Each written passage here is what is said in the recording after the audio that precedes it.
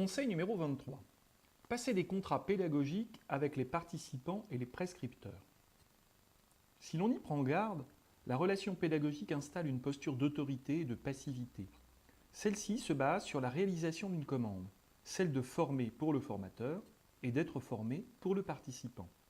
Sans même qu'il soit discuté, les rôles sont distribués par le cadre de l'intervention, la feuille de présence, la convocation à la formation, la configuration spatiale de la salle, les attentions particulières au responsable du groupe qui ne peut être que le formateur.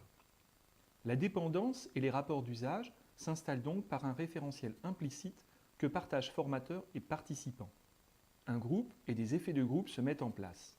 Le système de relations qui opère n'est jamais qu'un habitus scolaire, résurgent, dont le risque est de préparer d'autres comportements scolaires. Personne ne remet en question si facilement une habitude.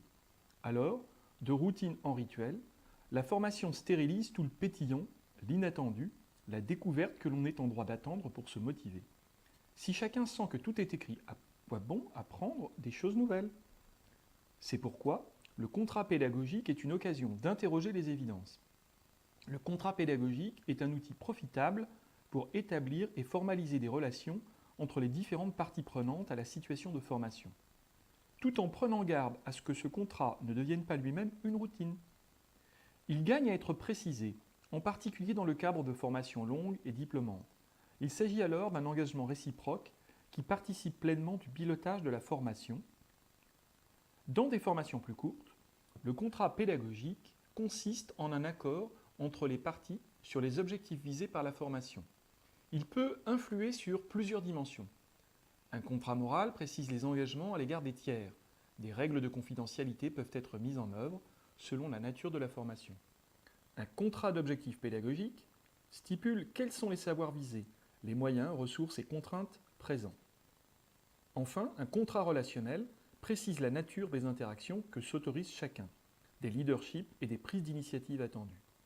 Le contrat proposé par le formateur crée une relation personnelle, tout en engageant la réussite d'un projet singulier d'apprentissage.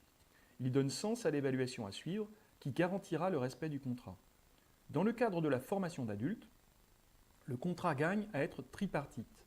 L'employeur, sponsor du projet d'apprentissage, le formateur et l'apprenant peuvent se réunir et convenir au préalable d'un ensemble d'objectifs partagés.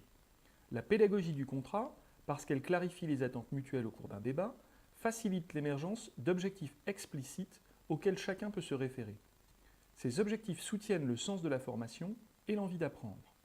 Par ailleurs, en autorisant les apports singuliers, ce contrat peut permettre la meilleure prise en compte de l'expression d'une variété de leadership au sein du groupe.